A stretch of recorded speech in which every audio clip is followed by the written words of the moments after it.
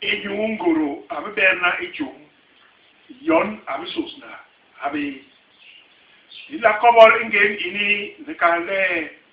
ingera umsal ngada joga lumwi New Young ila habe koblewe kiki ingera ubak wandamut John unabule new emunabe inje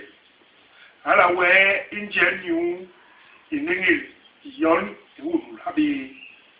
enyu me be membet enko yo habe ini dila ki kobol ingen ini nekale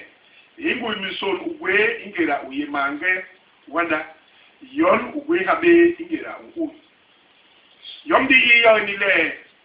mu ala be bagbu ihege yosona egwe ko iundiki ya iyo yosona inni iun ikarisu bundi yengim le bak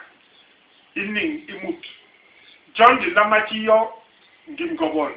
enyu yiki yepu buun ulama yile buun biye masora ni injeli nile ula timaeba le wanda eko abang ibe lebi ni gana gwong bi holam gimbot ikabisu murangwe anan akulol awun di awo yiki haimu egwe ibe mam